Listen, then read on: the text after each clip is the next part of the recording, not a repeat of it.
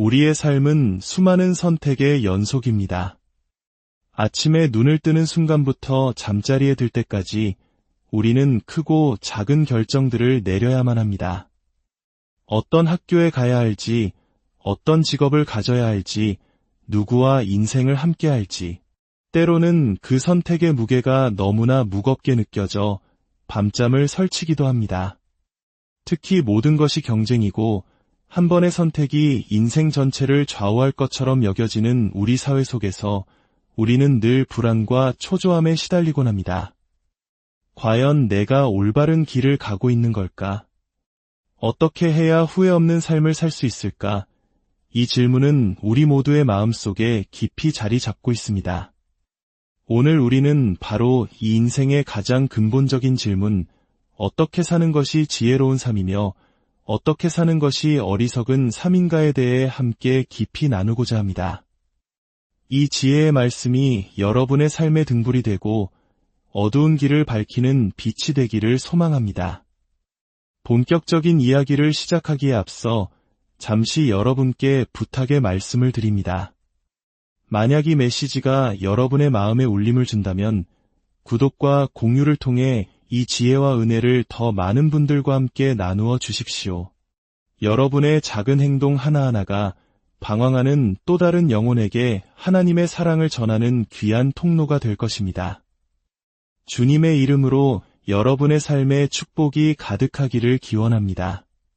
자, 이제 우리의 삶을 한번 돌아봅시다. 우리는 수많은 어리석은 결정들이 어떤 결과를 낳는지 매일 목격하며 살아갑니다. 예를 들어, 어떤 가정은 경제적으로 감당할 수 없다는 것을 알면서도 남들에게 보여주기 위해 무리하게 빚을 내어 큰 집을 사려고 할까요? 한국 사회에서는 영혼까지 끌어모은다는 영끌이라는 신조어까지 생겨났습니다. 이것이 과연 지혜로운 결정일까요? 어떤 사람들은 평생의 동반자를 선택하는 결혼이라는 중대한 결정을 내리면서 인격이나 신앙, 가치관은 고려하지 않고 오직 순간적인 육체적 만족이나 경제적인 조건만을 좇을까요? 이는 매우 어리석은 결정입니다. 또 어떤 부모는 어린 자녀들 앞에서 술에 취한 모습을 아무렇지 않게 보여주며 그것이 아이들의 영혼에 얼마나 깊은 상처와 부정적인 영향을 남길지 전혀 생각하지 않습니다. 이 또한 너무나 안타깝고 어리석은 결정입니다. 이 모든 어리석은 결정들의 공통점은 무엇일까요? 바로 자신의 생각과 감정, 세상의 기준과 다른 사람들의 시선을 따라갈 뿐 인생의 주인이신 하나님의 뜻을 구하지 않는다는 것입니다. 아버지의 뜻은 무엇입니까? 라고 묻는 대신 내가 원하는 것은 무엇인가? 라고 묻습니다. 이것이 바로 어리석음의 시작입니다. 사람들은 신용카드가 한도를 초과할 것을 알면서도 계속해서 물건을 삽니다. 왜 그럴까요? 순간의 욕망을 채우기 위해 미래를 저당 잡히는 어리석은 결정을 내리는 것입니다. 이처럼 많은 사람들이 어리석은 결정을 내리는 이유는 그들의 삶에서 가장 중요한 한 가지, 바로 전능하신 하나님의 지혜를 배제하기 때문입니다. 여러분은 인생의 중요한 결정을 내릴 때 하나님을 어디에 두고 계십니까? 그저 내 힘과 내 경험으로 살아가고 계십니까? 아니면 모든 결정을 내리기 전에 먼저 하나님의 지혜를 구하는 현명함을 가지고 계십니까? 그래서 우리는 어떤 결정을 내리기 전에 스스로에게 반드시 물어야 할 단 하나의 질문이 있습니다. 바로 이것입니다. 이것이 과연 가장 지혜로운 일인가? 결혼을 앞두고 있습니까? 재정적인 문제를 고민하고 있습니까? 건강 문제로 어려운 시간을 보내고 있습니까? 그 어떤 문제이든 상관없습니다. 크고 작은 모든 결정 앞에서 스스로에게 물어보십시오. 이것이 가장 지혜로운 선택인가? 누군가는 이렇게 말할지도 모릅니다. 저는 지혜가 무엇인지 잘 모르는데요. 괜찮습니다. 우리는 오늘 그 답을 함께 찾아갈 것입니다. 지혜롭게 사는 것이야말로 최고의 인생을 사는 길이며 그 지혜는 오직 하나님으로부터 오는 선물이기 때문입니다. 반대로 어리석게 사는 것은 우리의 삶 모든 영역에서 엄청난 대가를 치르게 하는 비싼 생활 방식일 뿐입니다. 성경 고린도전서 3장 19절은 우리에게 아주 중요한 사실을 알려줍니다. 사도 바울은 이렇게 기록했습니다. 이 세상 지혜는 하나님께 어리석은 것이니 기록된 바 하나님은 지혜 있는 자들로 하여금 자기 꾀에 빠지게 하시느니라 하였고 이 말씀을 보십시오. 세상이 말하는 지혜, 즉 하나님 없이 생각하는 방식은 하나님 보시기에 어리석다는 것입니다. 하나님은 그들의 교묘한 계략 속에서 스스로 넘어지게 하신다고 말씀합니다. 계속해서 20절은 말합니다. 또 주께서 지혜 있는 자들의 생각을 헛것으로 아신다 하셨느니라. 세상의 지혜는 결국 텅 비어 있고 쓸모없는 것이라는 선언입니다. 그리고 바울은 23절에서 아주 강력하고 놀라운 진리를 선포합니다. 너희는 그리스도의 것이요 그리스도는 하나님의 것이니라. 성경에 기록된 수많은 구절들 중에서도 이 한 구절이 얼마나 강력하고 깊은 의미를 담고 있는지 모릅니다. 다시 한번 들어보십시오. 여러분은 그리스도의 소유이며 그리스도는 하나님의 소유입니다. 이 말씀은 곧 우리가 그리스도께 속해 있다면 우리는 하나님께 속한 자들이라는 뜻입니다. 그렇다면 저는 여러분께 묻고 싶습니다. 당신은 누구에게 속해 있습니까? 그리스도를 통해 하나님께 속해 있습니까? 아니면 사탄에게 속해 있습니까? 선택은 둘 중 하나입니다. 어떤 이들은 나는 사탄의 존재를 믿지 않아 라고 말할지 모릅니다. 하지만 그것이야말로 사탄이 가장 바라는 어리석은 믿음입니다. 그렇다면 하나님께서 말씀하시는 참된 지혜, 신령한 지혜란 과연 무엇일까요? 그것은 매우 명확합니다. 참된 지혜란 이 세상의 모든 상황과 문제를 하나님의 관점으로 바라보는 능력이며 그 관점에 따라 하나님의 말씀에 기초하여 올바르게 반응하는 것입니다. 우리가 어떻게 하나님의 관점을 알 수 있을까요? 바로 그분의 말씀인 성경을 통해서입니다. 그러므로 나는 성경 읽을 시간이 없어 라고 말하는 것은 나는 스스로 어리석은 삶을 살기로 선택했습니다. 라고 말하는 것과 같습니다. 그런 사람은 인생에서 수많은 어리석은 결정을 내릴 것이고 상상조차 하지 못했던 끔찍한 결과를 마주하게 될 것입니다. 만약 당신이 하나님의 말씀에 가르침 없이도 행복하고 평화롭고 성공적인 삶을 살 수 있다고 생각할 만큼 똑똑하다고 자부한다면 당신은 스스로 바보 역할을 자처하고 있는 것입니다. 그것은 불가능합니다. 성경 전체가 수많은 인물들의 삶을 통해 우리가 결코 잊을 수 없도록 이 진리를 증명하고 있습니다. 하나님은 전지하십니다. 그분은 모든 것을 아십니다. 어제 일어났던 일, 오늘 일어나고 있는 일, 그리고 내일 일어날 일까지도 완벽하게 알고 계십니다. 우리는 어제의 일조차 완벽히 기억하거나 이해하지 못하지만 하나님께서는 무한한 지식으로 모든 것을 꿰뚫어 보십니다. 그분은 과거, 현재, 미래를 동시에 아시기 때문에 결코 뒤처지거나 놀라시는 법이 없습니다. 아, 내가 그걸 깜빡했네. 혹은 그건 미처 생각하지 못했는걸 이라고 말씀하시는 법이 없습니다. 그렇기에 모든 것을 아시는 분, 단 한 번도 실수하지 않으시는 분께 조언을 구하는 것이야말로 가장 지혜로운 행동이 아니겠습니까? 물론 우리는 때로 이해할 수 없는 고난과 슬픔, 비극을 겪습니다. 하지만 그 어떤 일도 하나님의 허락 없이는 일어나지 않습니다. 그분의 계획과 섭리 안에서 일어나는 것입니다. 때로 하나님께서 허락하시는 일들은 우리의 이해를 뛰어넘지만 그것이 하나님의 지혜와 지식, 그리고 그분의 놀라운 계획을 벗어나는 것은 결코 아닙니다. 세상의 어리석음은 스스로 모든 것을 안다고 착각하는 데 있습니다. 그러나 오직 하나님만이 모든 것을 아십니다. 바로 이 지점에서 믿는 자들은 구별됩니다. 우리는 그리스도의 몸의 일부이며 그분의 자녀로 부름받았습니다. 살아계신 하나님의 자녀로서 우리의 이름은 어린 양의 생명책에 기록되어 있으며 우리는 그분 안에서 영원히 안전합니다. 하나님은 매일 우리의 삶을 인도하시는 안내자가 되어주십니다. 우리는 어떤 결정이 필요하든지 그분께 나아가 여쭐 수 있고 그분은 기꺼이 우리에게 방향을 제시해 주십니다. 하나님께 불순종하며 산다는 것은 이렇게 말하는 것과 같습니다. 저는 모든 것을 아시는 하나님의 전지하심이 필요 없습니다. 모든 능력을 가지신 하나님의 전능하심도 필요 없습니다. 어디에나 계시는 하나님의 편재하심도 필요 없습니다. 나 혼자서 충분히 잘 해낼 수 있습니다. 이 혼란스럽고 죄악으로 가득한 세상에서 이 얼마나 어리석고 교만한 결론입니까?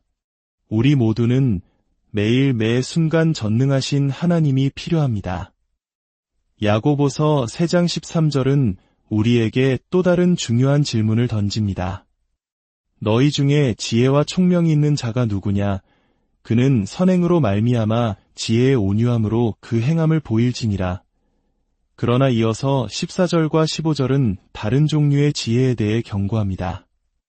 그러나 너희 마음속에 독한 시기와 다툼이 있으면 자랑하지 말라 진리를 거슬러 거짓말하지 말라 이러한 지혜는 이로부터 내려온 것이 아니요 땅의 것이요 정욕의 것이요 마귀적인 것이니 여기서 우리는 두 가지 다른 종류의 지혜가 있음을 분명히 알 수 있습니다.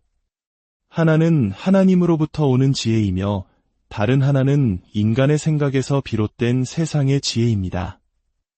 야고보는 세상의 지혜를 3가지로 묘사합니다. 첫째, 땅의 것입니다. 이는 인간의 능력과 이성, 경험의 한계 안에 갇혀 있다는 의미입니다. 인간이 아무리 똑똑해서 달에 가고 놀라운 것들을 발명한다 할지라도 서로 화합하지도 못하는 불완전한 존재일 뿐입니다. 둘째, 정욕의 것입니다. 이것은 하나님께 순종하기 싫어하고 유혹에 쉽게 넘어지며 자신의 뜻과 방식을 고집하는 우리의 타락한 본성을 가리킵니다. 셋째, 마귀적인 것입니다. 그 뿌리가 사탄에게 있다는 뜻입니다. 창세기 3장에서 완벽했던 에덴 동산의 사탄이 들어와 하와를 거짓말로 속였고 그 결과는 인류 전체의 비극으로 이어졌습니다. 오늘날에도 사탄은 동일한 거짓말로 우리를 속삭입니다. 너는 하나님이 필요 없어. 교회 다니는 사람들은 약한 사람들이야. 너는 똑똑하고 능력이 있으니 너 스스로 해결할 수 있어. 그런 종교적인 것들은 필요 없어. 명심하십시오. 이것은 악마의 목소리입니다. 만약 당신의 자녀가 와서 무언가에 대해 어떻게 해야 할지 묻는다면 당신은 어떻게 대답하시겠습니까? 그저 안 돼. 내가 그렇게 말했으니까 라고 권위적으로 막으시겠습니까? 아니면 이렇게 말해보는 것은 어떨까요? 아빠가 그 문제에 대해 기도하며 생각해 보았는데 그건 가장 지혜로운 방법이 아닌 것 같구나. 우리는 자녀들에게 스스로 가장 지혜로운 일이 무엇일까? 라고 묻도록 가르쳐야 합니다.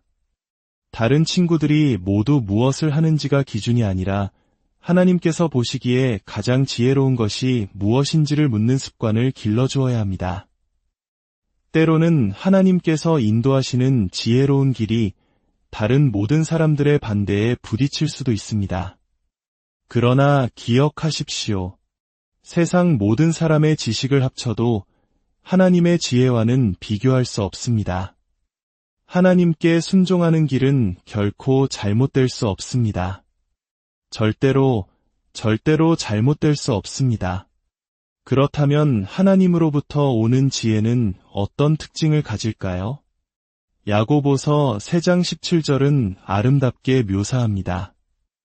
오직 위로부터 난 지혜는 첫째 성결하고 다음에 화평하고 관용하고 양순하며 긍휼과 선한 열매가 가득하고 편견과 거짓이 없나니 이 말씀을 보십시오. 하나님의 지혜는 순결합니다. 절대적으로 완벽하다는 뜻입니다. 그리고 화평합니다. 그분의 지혜는 우리에게 참된 평안을 가져다 줍니다. 또한 관용하고 양순하며 혹독함이 없습니다. 합리적이며 긍휼과 선한 열매로 가득하고 흔들림이 없으며 위선이 없습니다. 이것이 바로 하나님께서 주시는 지혜의 모습입니다. 다른 것을 선택하는 것이 얼마나 어리석은 일인지 동의하지 않으십니까? 세상의 지혜가 시기와 다툼, 혼란과 온갖 악한 일을 낳는 반면 하나님의 지혜는 이토록 아름다운 열매를 맺습니다. 사랑하는 여러분, 우리 앞에는 두 가지 선택만이 놓여 있습니다. 지혜롭게 살 것인가, 아니면 어리석게 살 것인가. 사실 당신은 이미 그 선택을 내렸습니다. 지금 이 순간 당신은 지혜의 길을 걷고 있거나 어리석음의 길을 걷고 있습니다. 당신이 아무리 똑똑하다고 생각할지라도 당신은 충분히 똑똑하지 않습니다. 전능하신 하나님 없이는 우리의 죄를 사하시고 우리를 깨끗하게 하시며 어린 양의 생명책에 우리의 이름을 기록하신 예수 그리스도의 구원 없이는 우리는 아무것도 아닙니다. 지금도 우리 안에 성령으로 살아 역사하시는 그분은 우리가 인생에서 내리는 모든 결정에 지혜를 주실 것입니다. 이것 외에 다른 길은 없습니다. 당신은 하나님을 신뢰할 수 있습니다. 지혜롭게 그분께 순종하며 사는 삶을 선택할 수도 있고 어리석게 살면서 많은 사람들을 설득하고 많은 것을 이루고 여러 곳을 다니며 많은 것을 소유할 수도 있습니다. 그러나 결국 당신은 죽음을 맞이하게 될 것입니다. 친구여, 당신의 인생 마지막 순간이 다가올 때 저는 당신이 이 말씀을 듣고 순종했더라면 하고 간절히 바라게 될 것이라고 확신합니다. 인생의 가장 큰 비극은 그리스도 없이 죽는 것입니다. 왜냐하면 그 결과는 영원하기 때문입니다.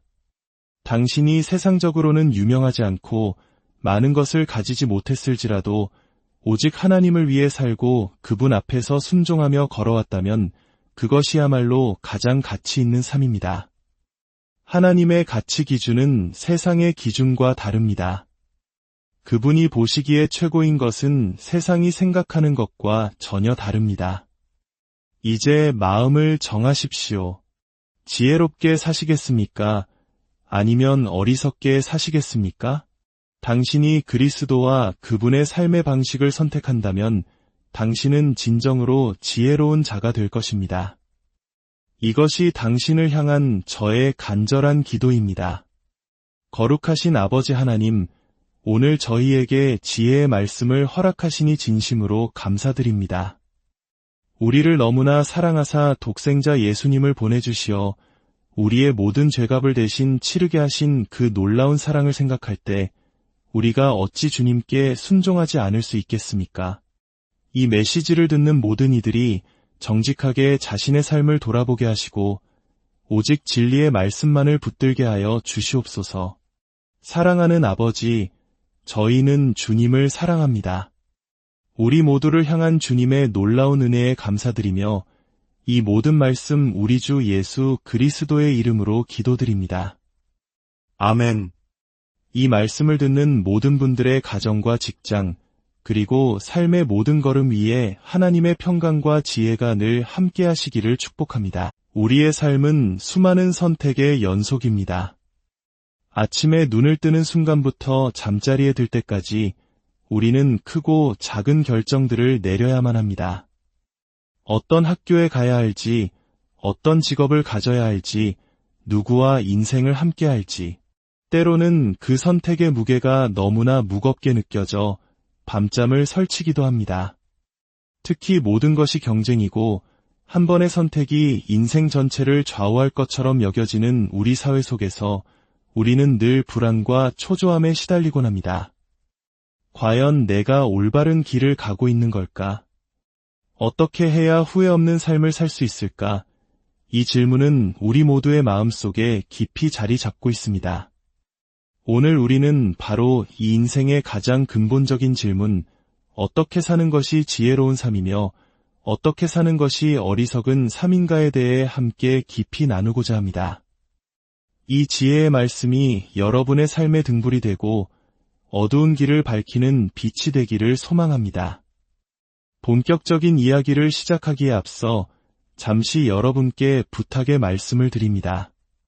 만약 이 메시지가 여러분의 마음에 울림을 준다면 구독과 공유를 통해 이 지혜와 은혜를 더 많은 분들과 함께 나누어 주십시오. 여러분의 작은 행동 하나하나가 방황하는 또 다른 영혼에게 하나님의 사랑을 전하는 귀한 통로가 될 것입니다. 주님의 이름으로 여러분의 삶에 축복이 가득하기를 기원합니다. 자, 이제 우리의 삶을 한번 돌아봅시다. 우리는 수많은 어리석은 결정들이 어떤 결과를 낳는지 매일 목격하며 살아갑니다. 예를 들어, 어떤 가정은 경제적으로 감당할 수 없다는 것을 알면서도 남들에게 보여주기 위해 무리하게 빚을 내어 큰 집을 사려고 할까요? 한국 사회에서는 영혼까지 끌어모은다는 영끌이라는 신조어까지 생겨났습니다. 이것이 과연 지혜로운 결정일까요? 어떤 사람들은 평생의 동반자를 선택하는 결혼이라는 중대한 결정을 내리면서 인격이나 신앙, 가치관은 고려하지 않고 오직 순간적인 육체적 만족이나 경제적인 조건만을 좇을까요? 이는 매우 어리석은 결정입니다. 또 어떤 부모는 어린 자녀들 앞에서 술에 취한 모습을 아무렇지 않게 보여주며 그것이 아이들의 영혼에 얼마나 깊은 상처와 부정적인 영향을 남길지 전혀 생각하지 않습니다. 이 또한 너무나 안타깝고 어리석은 결정입니다. 이 모든 어리석은 결정들의 공통점은 무엇일까요? 바로 자신의 생각과 감정, 세상의 기준과 다른 사람들의 시선을 따라갈 뿐 인생의 주인이신 하나님의 뜻을 구하지 않는다는 것입니다. 아버지의 뜻은 무엇입니까? 라고 묻는 대신 내가 원하는 것은 무엇인가? 라고 묻습니다. 이것이 바로 어리석음의 시작입니다. 사람들은 신용카드가 한도를 초과할 것을 알면서도 계속해서 물건을 삽니다. 왜 그럴까요? 순간의 욕망을 채우기 위해 미래를 저당 잡히는 어리석은 결정을 내리는 것입니다. 이처럼 많은 사람들이 어리석은 결정을 내리는 이유는 그들의 삶에서 가장 중요한 한 가지, 바로 전능하신 하나님의 지혜를 배제하기 때문입니다. 여러분은 인생의 중요한 결정을 내릴 때 하나님을 어디에 두고 계십니까? 그저 내 힘과 내 경험으로 살아가고 계십니까? 아니면 모든 결정을 내리기 전에 먼저 하나님의 지혜를 구하는 현명함을 가지고 계십니까? 그래서 우리는 어떤 결정을 내리기 전에 스스로에게 반드시 물어야 할 단 하나의 질문이 있습니다. 바로 이것입니다. 이것이 과연 가장 지혜로운 일인가? 결혼을 앞두고 있습니까? 재정적인 문제를 고민하고 있습니까? 건강 문제로 어려운 시간을 보내고 있습니까? 그 어떤 문제이든 상관없습니다. 크고 작은 모든 결정 앞에서 스스로에게 물어보십시오. 이것이 가장 지혜로운 선택인가? 누군가는 이렇게 말할지도 모릅니다. 저는 지혜가 무엇인지 잘 모르는데요. 괜찮습니다. 우리는 오늘 그 답을 함께 찾아갈 것입니다. 지혜롭게 사는 것이야말로 최고의 인생을 사는 길이며 그 지혜는 오직 하나님으로부터 오는 선물이기 때문입니다. 반대로 어리석게 사는 것은 우리의 삶 모든 영역에서 엄청난 대가를 치르게 하는 비싼 생활 방식일 뿐입니다. 성경 고린도전서 3장 19절은 우리에게 아주 중요한 사실을 알려줍니다. 사도 바울은 이렇게 기록했습니다. 이 세상 지혜는 하나님께 어리석은 것이니 기록된 바 하나님은 지혜 있는 자들로 하여금 자기 꾀에 빠지게 하시느니라 하였고 이 말씀을 보십시오. 세상이 말하는 지혜, 즉 하나님 없이 생각하는 방식은 하나님 보시기에 어리석다는 것입니다. 하나님은 그들의 교묘한 계략 속에서 스스로 넘어지게 하신다고 말씀합니다. 계속해서 20절은 말합니다. 또 주께서 지혜 있는 자들의 생각을 헛것으로 아신다 하셨느니라. 세상의 지혜는 결국 텅 비어 있고 쓸모없는 것이라는 선언입니다.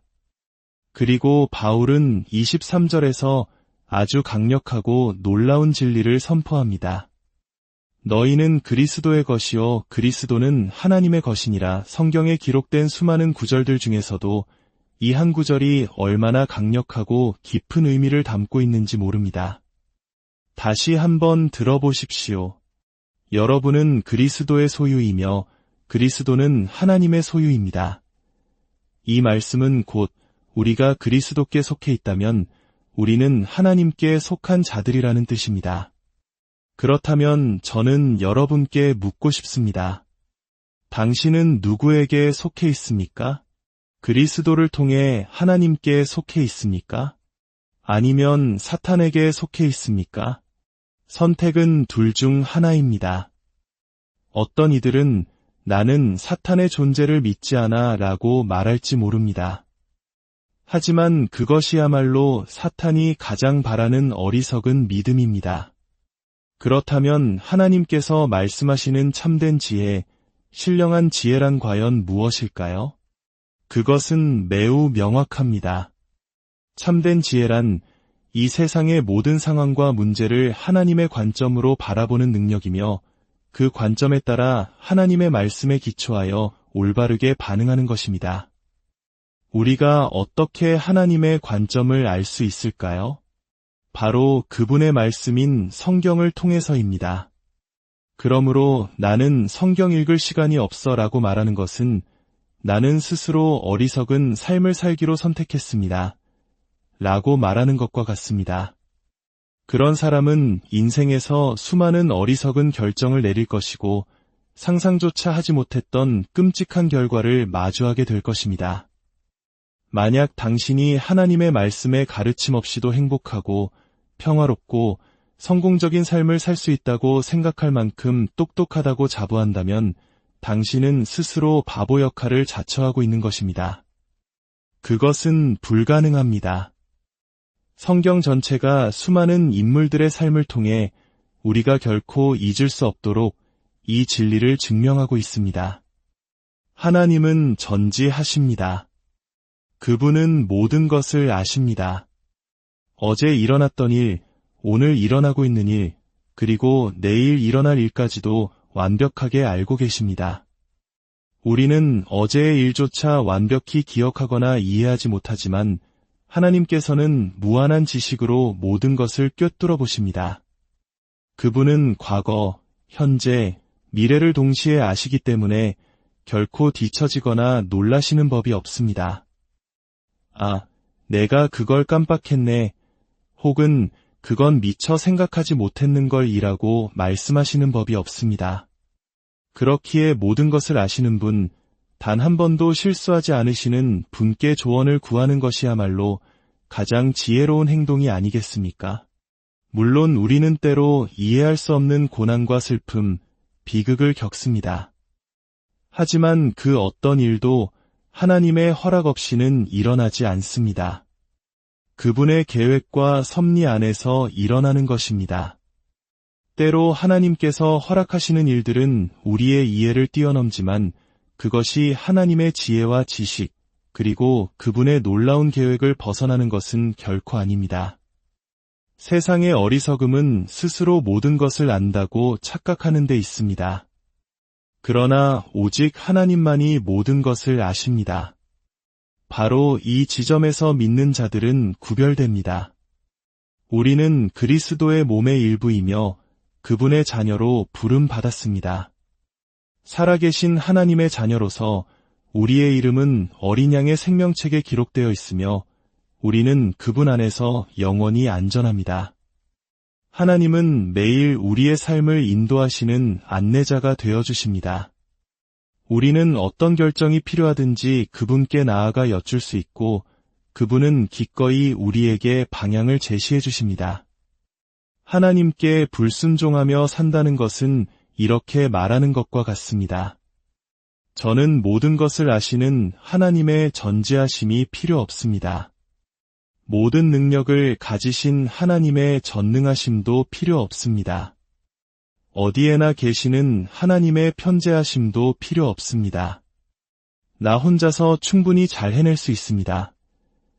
이 혼란스럽고 죄악으로 가득한 세상에서 이 얼마나 어리석고 교만한 결론입니까?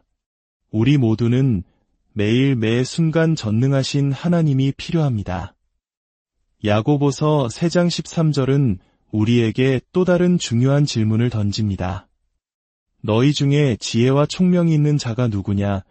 그는 선행으로 말미암아 지혜의 온유함으로 그 행함을 보일지니라. 그러나 이어서 14절과 15절은 다른 종류의 지혜에 대해 경고합니다. 그러나 너희 마음속에 독한 시기와 다툼이 있으면 자랑하지 말라, 진리를 거슬러 거짓말하지 말라. 이러한 지혜는 이로부터 내려온 것이 아니요 땅의 것이요 정욕의 것이요 마귀적인 것이니, 여기서 우리는 두 가지 다른 종류의 지혜가 있음을 분명히 알 수 있습니다. 하나는 하나님으로부터 오는 지혜이며 다른 하나는 인간의 생각에서 비롯된 세상의 지혜입니다. 야고보는 세상의 지혜를 세 가지로 묘사합니다. 첫째, 땅의 것입니다. 이는 인간의 능력과 이성, 경험의 한계 안에 갇혀 있다는 의미입니다. 인간이 아무리 똑똑해서 달에 가고 놀라운 것들을 발명한다 할지라도 서로 화합하지도 못하는 불완전한 존재일 뿐입니다. 둘째, 정욕의 것입니다. 이것은 하나님께 순종하기 싫어하고 유혹에 쉽게 넘어지며 자신의 뜻과 방식을 고집하는 우리의 타락한 본성을 가리킵니다. 셋째, 마귀적인 것입니다. 그 뿌리가 사탄에게 있다는 뜻입니다. 창세기 3장에서 완벽했던 에덴 동산의 사탄이 들어와 하와를 거짓말로 속였고 그 결과는 인류 전체의 비극으로 이어졌습니다. 오늘날에도 사탄은 동일한 거짓말로 우리를 속삭입니다. 너는 하나님이 필요 없어. 교회 다니는 사람들은 약한 사람들이야. 너는 똑똑하고 능력이 있으니 너 스스로 해결할 수 있어. 그런 종교적인 것들은 필요 없어. 명심하십시오. 이것은 악마의 목소리입니다. 만약 당신의 자녀가 와서 무언가에 대해 어떻게 해야 할지 묻는다면 당신은 어떻게 대답하시겠습니까? 그저 안 돼. 내가 그렇게 말했으니까 라고 권위적으로 막으시겠습니까? 아니면 이렇게 말해보는 것은 어떨까요? 아빠가 그 문제에 대해 기도하며 생각해 보았는데 그건 가장 지혜로운 방법이 아닌 것 같구나. 우리는 자녀들에게 스스로 가장 지혜로운 일이 무엇일까? 라고 묻도록 가르쳐야 합니다. 다른 친구들이 모두 무엇을 하는지가 기준이 아니라 하나님께서 보시기에 가장 지혜로운 것이 무엇인지를 묻는 습관을 길러주어야 합니다. 때로는 하나님께서 인도하시는 지혜로운 길이 다른 모든 사람들의 반대에 부딪힐 수도 있습니다. 그러나 기억하십시오. 세상 모든 사람의 지식을 합쳐도 하나님의 지혜와는 비교할 수 없습니다. 하나님께 순종하는 길은 결코 잘못될 수 없습니다. 절대로 잘못될 수 없습니다. 그렇다면 하나님으로부터 오는 지혜는 어떤 특징을 가질까요? 야고보서 3장 17절은 아름답게 묘사합니다. 오직 위로부터 난 지혜는 첫째 성결하고 다음에 화평하고 관용하고 양순하며 긍휼과 선한 열매가 가득하고 편견과 거짓이 없나니, 이 말씀을 보십시오. 하나님의 지혜는 순결합니다. 절대적으로 완벽하다는 뜻입니다. 그리고 화평합니다. 그분의 지혜는 우리에게 참된 평안을 가져다 줍니다. 또한 관용하고 양순하며 혹독함이 없습니다. 합리적이며 긍휼과 선한 열매로 가득하고 흔들림이 없으며 위선이 없습니다. 이것이 바로 하나님께서 주시는 지혜의 모습입니다. 다른 것을 선택하는 것이 얼마나 어리석은 일인지 동의하지 않으십니까? 세상의 지혜가 시기와 다툼, 혼란과 온갖 악한 일을 낳는 반면 하나님의 지혜는 이토록 아름다운 열매를 맺습니다. 사랑하는 여러분, 우리 앞에는 두 가지 선택만이 놓여 있습니다. 지혜롭게 살 것인가, 아니면 어리석게 살 것인가. 사실 당신은 이미 그 선택을 내렸습니다. 지금 이 순간 당신은 지혜의 길을 걷고 있거나 어리석음의 길을 걷고 있습니다. 당신이 아무리 똑똑하다고 생각할지라도 당신은 충분히 똑똑하지 않습니다. 전능하신 하나님 없이는 우리의 죄를 사하시고 우리를 깨끗하게 하시며 어린 양의 생명책에 우리의 이름을 기록하신 예수 그리스도의 구원 없이는 우리는 아무것도 아닙니다. 지금도 우리 안에 성령으로 살아 역사하시는 그분은 우리가 인생에서 내리는 모든 결정에 지혜를 주실 것입니다. 이것 외에 다른 길은 없습니다. 당신은 하나님을 신뢰할 수 있습니다. 지혜롭게 그분께 순종하며 사는 삶을 선택할 수도 있고, 어리석게 살면서 많은 사람들을 설득하고 많은 것을 이루고 여러 곳을 다니며 많은 것을 소유할 수도 있습니다. 그러나 결국 당신은 죽음을 맞이하게 될 것입니다. 친구여, 당신의 인생 마지막 순간이 다가올 때 저는 당신이 이 말씀을 듣고 순종했더라면 하고 간절히 바라게 될 것이라고 확신합니다. 인생의 가장 큰 비극은 그리스도 없이 죽는 것입니다. 왜냐하면 그 결과는 영원하기 때문입니다. 당신이 세상적으로는 유명하지 않고 많은 것을 가지지 못했을지라도 오직 하나님을 위해 살고 그분 앞에서 순종하며 걸어왔다면 그것이야말로 가장 가치 있는 삶입니다. 하나님의 가치 기준은 세상의 기준과 다릅니다. 그분이 보시기에 최고인 것은 세상이 생각하는 것과 전혀 다릅니다. 이제 마음을 정하십시오. 지혜롭게 사시겠습니까? 아니면 어리석게 사시겠습니까? 당신이 그리스도와 그분의 삶의 방식을 선택한다면 당신은 진정으로 지혜로운 자가 될 것입니다. 이것이 당신을 향한 저의 간절한 기도입니다. 거룩하신 아버지 하나님, 오늘 저희에게 지혜의 말씀을 허락하시니 진심으로 감사드립니다. 우리를 너무나 사랑하사 독생자 예수님을 보내주시어 우리의 모든 죄값을 대신 치르게 하신 그 놀라운 사랑을 생각할 때 우리가 어찌 주님께 순종하지 않을 수 있겠습니까? 이 메시지를 듣는 모든 이들이 정직하게 자신의 삶을 돌아보게 하시고 오직 진리의 말씀만을 붙들게 하여 주시옵소서. 사랑하는 아버지, 저희는 주님을 사랑합니다. 우리 모두를 향한 주님의 놀라운 은혜에 감사드리며 이 모든 말씀 우리 주 예수 그리스도의 이름으로 기도드립니다. 아멘. 이 말씀을 듣는 모든 분들의 가정과 직장, 그리고 삶의 모든 걸음 위에 하나님의 평강과 지혜가 늘 함께 하시기를 축복합니다. 우리의 삶은 수많은 선택의 연속입니다. 아침에 눈을 뜨는 순간부터 잠자리에 들 때까지 우리는 크고 작은 결정들을 내려야만 합니다. 어떤 학교에 가야 할지, 어떤 직업을 가져야 할지, 누구와 인생을 함께 할지, 때로는 그 선택의 무게가 너무나 무겁게 느껴져 밤잠을 설치기도 합니다.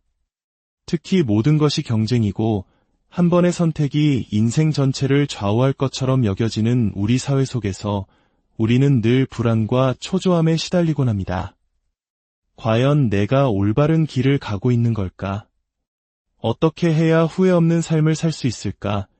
이 질문은 우리 모두의 마음속에 깊이 자리 잡고 있습니다. 오늘 우리는 바로 이 인생의 가장 근본적인 질문, 어떻게 사는 것이 지혜로운 삶이며 어떻게 사는 것이 어리석은 삶인가에 대해 함께 깊이 나누고자 합니다. 이 지혜의 말씀이 여러분의 삶의 등불이 되고 어두운 길을 밝히는 빛이 되기를 소망합니다.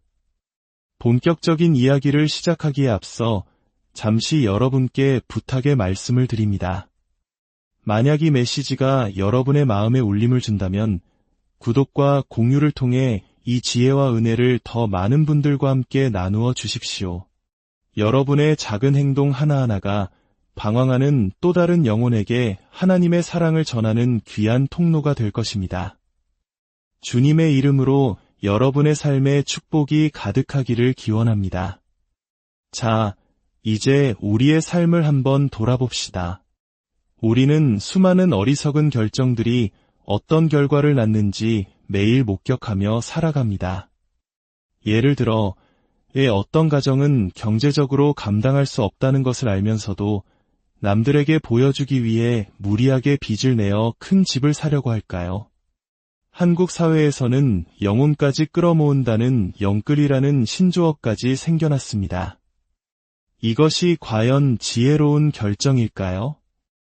어떤 사람들은 평생의 동반자를 선택하는 결혼이라는 중대한 결정을 내리면서 인격이나 신앙, 가치관은 고려하지 않고 오직 순간적인 육체적 만족이나 경제적인 조건만을 좇을까요?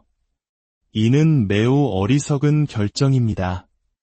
또 어떤 부모는 어린 자녀들 앞에서 술에 취한 모습을 아무렇지 않게 보여주며 그것이 아이들의 영혼에 얼마나 깊은 상처와 부정적인 영향을 남길지 전혀 생각하지 않습니다. 이 또한 너무나 안타깝고 어리석은 결정입니다. 이 모든 어리석은 결정들의 공통점은 무엇일까요? 바로 자신의 생각과 감정, 세상의 기준과 다른 사람들의 시선을 따라갈 뿐 인생의 주인이신 하나님의 뜻을 구하지 않는다는 것입니다. 아버지의 뜻은 무엇입니까? 라고 묻는 대신 내가 원하는 것은 무엇인가? 라고 묻습니다. 이것이 바로 어리석음의 시작입니다. 사람들은 신용카드가 한도를 초과할 것을 알면서도 계속해서 물건을 삽니다. 왜 그럴까요? 순간의 욕망을 채우기 위해 미래를 저당 잡히는 어리석은 결정을 내리는 것입니다. 이처럼 많은 사람들이 어리석은 결정을 내리는 이유는 그들의 삶에서 가장 중요한 한 가지, 바로 전능하신 하나님의 지혜를 배제하기 때문입니다. 여러분은 인생의 중요한 결정을 내릴 때 하나님을 어디에 두고 계십니까? 그저 내 힘과 내 경험으로 살아가고 계십니까? 아니면 모든 결정을 내리기 전에 먼저 하나님의 지혜를 구하는 현명함을 가지고 계십니까? 그래서 우리는 어떤 결정을 내리기 전에 스스로에게 반드시 물어야 할 단 하나의 질문이 있습니다. 바로 이것입니다. 이것이 과연 가장 지혜로운 일인가? 결혼을 앞두고 있습니까? 재정적인 문제를 고민하고 있습니까? 건강 문제로 어려운 시간을 보내고 있습니까? 그 어떤 문제이든 상관없습니다. 크고 작은 모든 결정 앞에서 스스로에게 물어보십시오. 이것이 가장 지혜로운 선택인가? 누군가는 이렇게 말할지도 모릅니다. 저는 지혜가 무엇인지 잘 모르는데요. 괜찮습니다. 우리는 오늘 그 답을 함께 찾아갈 것입니다. 지혜롭게 사는 것이야말로 최고의 인생을 사는 길이며 그 지혜는 오직 하나님으로부터 오는 선물이기 때문입니다. 반대로 어리석게 사는 것은 우리의 삶 모든 영역에서 엄청난 대가를 치르게 하는 비싼 생활 방식일 뿐입니다. 성경 고린도전서 3장 19절은 우리에게 아주 중요한 사실을 알려줍니다. 사도 바울은 이렇게 기록했습니다. 이 세상 지혜는 하나님께 어리석은 것이니 기록된 바 하나님은 지혜 있는 자들로 하여금 자기 꾀에 빠지게 하시느니라 하였고, 이 말씀을 보십시오. 세상이 말하는 지혜, 즉 하나님 없이 생각하는 방식은 하나님 보시기에 어리석다는 것입니다. 하나님은 그들의 교묘한 계략 속에서 스스로 넘어지게 하신다고 말씀합니다. 계속해서 20절은 말합니다. 또 주께서 지혜 있는 자들의 생각을 헛것으로 아신다 하셨느니라. 세상의 지혜는 결국 텅 비어 있고 쓸모없는 것이라는 선언입니다. 그리고 바울은 23절에서 아주 강력하고 놀라운 진리를 선포합니다. 너희는 그리스도의 것이요 그리스도는 하나님의 것이니라. 성경에 기록된 수많은 구절들 중에서도 이 한 구절이 얼마나 강력하고 깊은 의미를 담고 있는지 모릅니다. 다시 한번 들어보십시오. 여러분은 그리스도의 소유이며 그리스도는 하나님의 소유입니다. 이 말씀은 곧 우리가 그리스도께 속해 있다면 우리는 하나님께 속한 자들이라는 뜻입니다. 그렇다면 저는 여러분께 묻고 싶습니다. 당신은 누구에게 속해 있습니까? 그리스도를 통해 하나님께 속해 있습니까? 아니면 사탄에게 속해 있습니까? 선택은 둘 중 하나입니다. 어떤 이들은 나는 사탄의 존재를 믿지 않아 라고 말할지 모릅니다. 하지만 그것이야말로 사탄이 가장 바라는 어리석은 믿음입니다. 그렇다면 하나님께서 말씀하시는 참된 지혜, 신령한 지혜란 과연 무엇일까요? 그것은 매우 명확합니다. 참된 지혜란 이 세상의 모든 상황과 문제를 하나님의 관점으로 바라보는 능력이며 그 관점에 따라 하나님의 말씀에 기초하여 올바르게 반응하는 것입니다. 우리가 어떻게 하나님의 관점을 알 수 있을까요? 바로 그분의 말씀인 성경을 통해서입니다. 그러므로 나는 성경 읽을 시간이 없어 라고 말하는 것은 나는 스스로 어리석은 삶을 살기로 선택했습니다. 라고 말하는 것과 같습니다. 그런 사람은 인생에서 수많은 어리석은 결정을 내릴 것이고 상상조차 하지 못했던 끔찍한 결과를 마주하게 될 것입니다. 만약 당신이 하나님의 말씀에 가르침 없이도 행복하고 평화롭고 성공적인 삶을 살 수 있다고 생각할 만큼 똑똑하다고 자부한다면 당신은 스스로 바보 역할을 자처하고 있는 것입니다. 그것은 불가능합니다. 성경 전체가 수많은 인물들의 삶을 통해 우리가 결코 잊을 수 없도록 이 진리를 증명하고 있습니다. 하나님은 전지하십니다. 그분은 모든 것을 아십니다. 어제 일어났던 일, 오늘 일어나고 있는 일, 그리고 내일 일어날 일까지도 완벽하게 알고 계십니다. 우리는 어제의 일조차 완벽히 기억하거나 이해하지 못하지만 하나님께서는 무한한 지식으로 모든 것을 꿰뚫어 보십니다. 그분은 과거, 현재, 미래를 동시에 아시기 때문에 결코 뒤처지거나 놀라시는 법이 없습니다. 아, 내가 그걸 깜빡했네. 혹은 그건 미처 생각하지 못했는걸 이라고 말씀하시는 법이 없습니다. 그렇기에 모든 것을 아시는 분, 단 한 번도 실수하지 않으시는 분께 조언을 구하는 것이야말로 가장 지혜로운 행동이 아니겠습니까? 물론 우리는 때로 이해할 수 없는 고난과 슬픔, 비극을 겪습니다. 하지만 그 어떤 일도 하나님의 허락 없이는 일어나지 않습니다. 그분의 계획과 섭리 안에서 일어나는 것입니다. 때로 하나님께서 허락하시는 일들은 우리의 이해를 뛰어넘지만 그것이 하나님의 지혜와 지식, 그리고 그분의 놀라운 계획을 벗어나는 것은 결코 아닙니다. 세상의 어리석음은 스스로 모든 것을 안다고 착각하는 데 있습니다. 그러나 오직 하나님만이 모든 것을 아십니다. 바로 이 지점에서 믿는 자들은 구별됩니다. 우리는 그리스도의 몸의 일부이며 그분의 자녀로 부름받았습니다. 살아계신 하나님의 자녀로서 우리의 이름은 어린 양의 생명책에 기록되어 있으며 우리는 그분 안에서 영원히 안전합니다. 하나님은 매일 우리의 삶을 인도하시는 안내자가 되어주십니다. 우리는 어떤 결정이 필요하든지 그분께 나아가 여쭐 수 있고 그분은 기꺼이 우리에게 방향을 제시해 주십니다.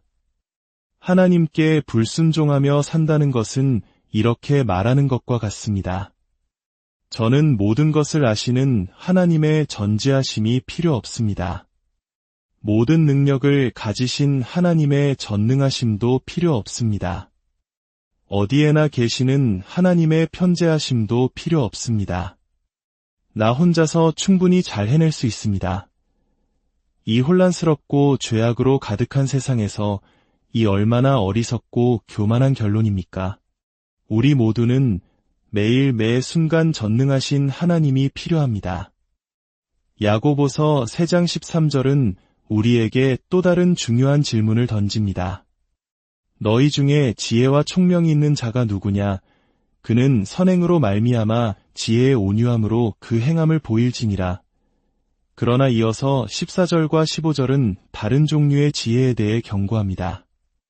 그러나 너희 마음속에 독한 시기와 다툼이 있으면 자랑하지 말라, 진리를 거슬러 거짓말하지 말라. 이러한 지혜는 이로부터 내려온 것이 아니요 땅의 것이요 정욕의 것이요 마귀적인 것이니, 여기서 우리는 두 가지 다른 종류의 지혜가 있음을 분명히 알 수 있습니다.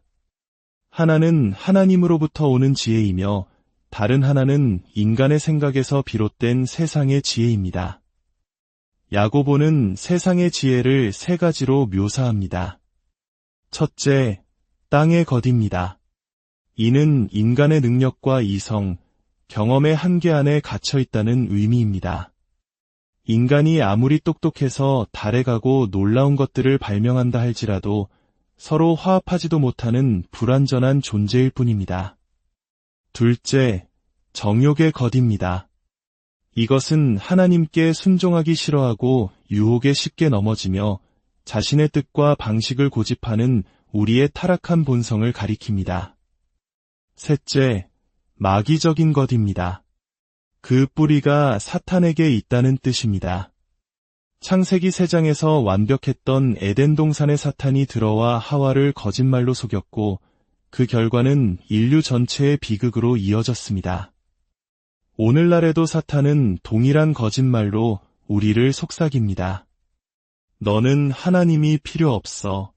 교회 다니는 사람들은 약한 사람들이야.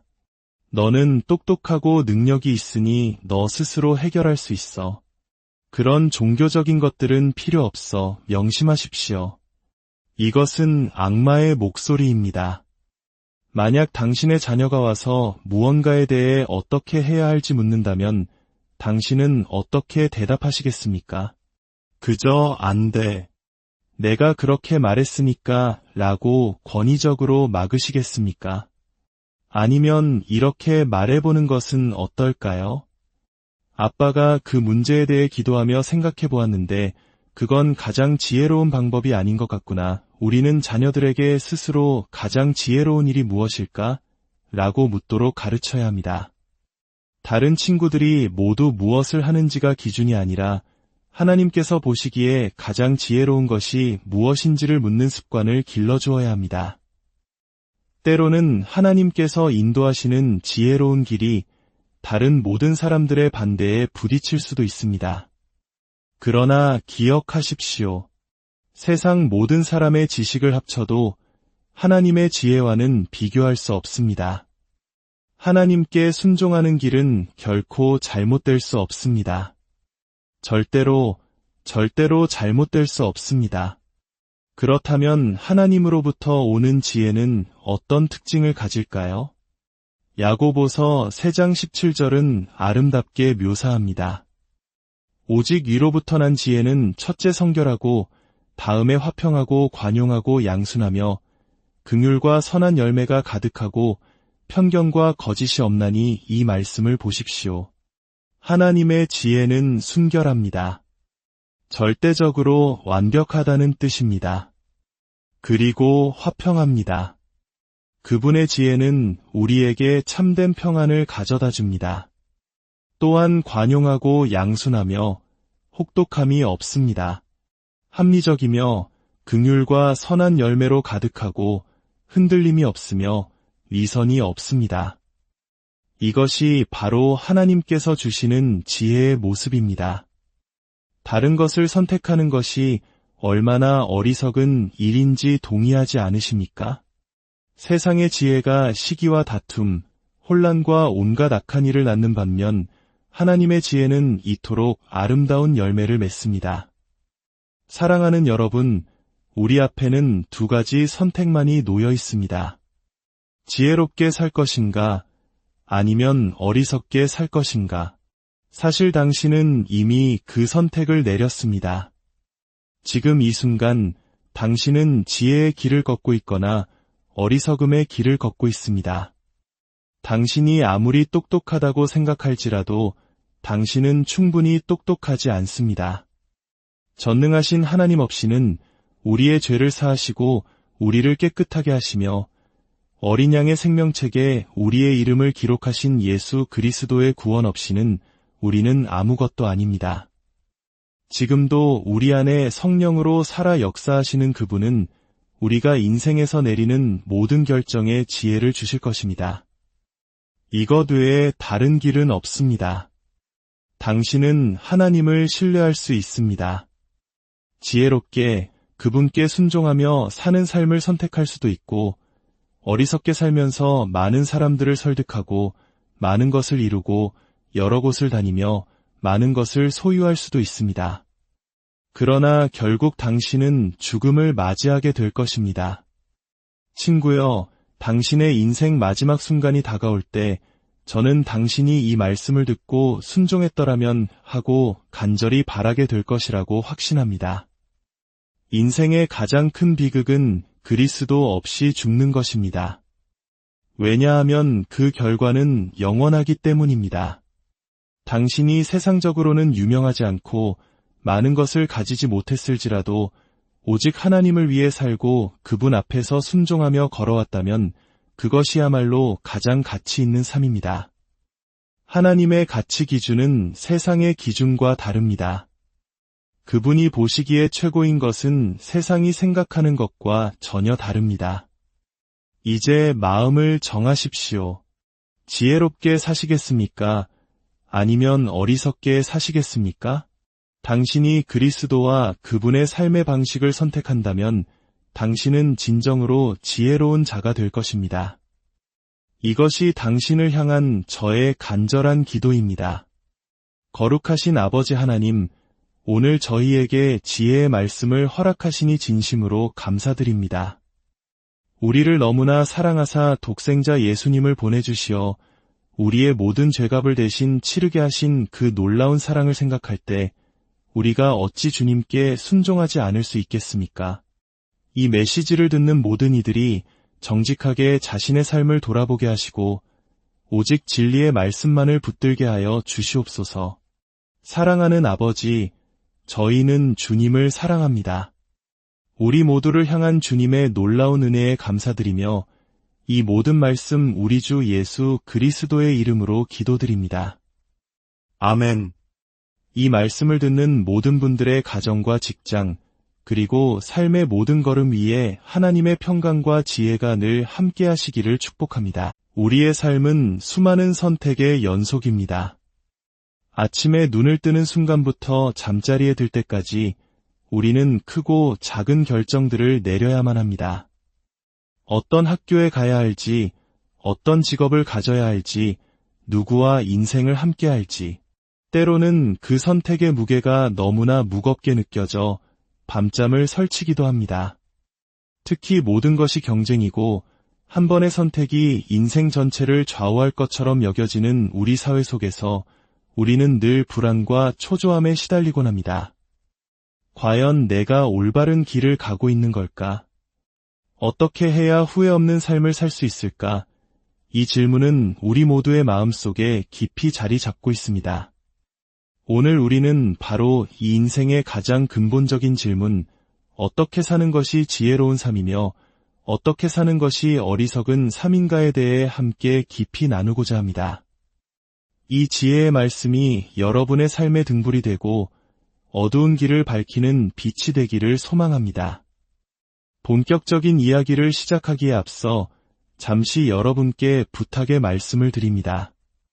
만약 이 메시지가 여러분의 마음에 울림을 준다면 구독과 공유를 통해 이 지혜와 은혜를 더 많은 분들과 함께 나누어 주십시오. 여러분의 작은 행동 하나하나가 방황하는 또 다른 영혼에게 하나님의 사랑을 전하는 귀한 통로가 될 것입니다. 주님의 이름으로 여러분의 삶에 축복이 가득하기를 기원합니다. 자, 이제 우리의 삶을 한번 돌아봅시다.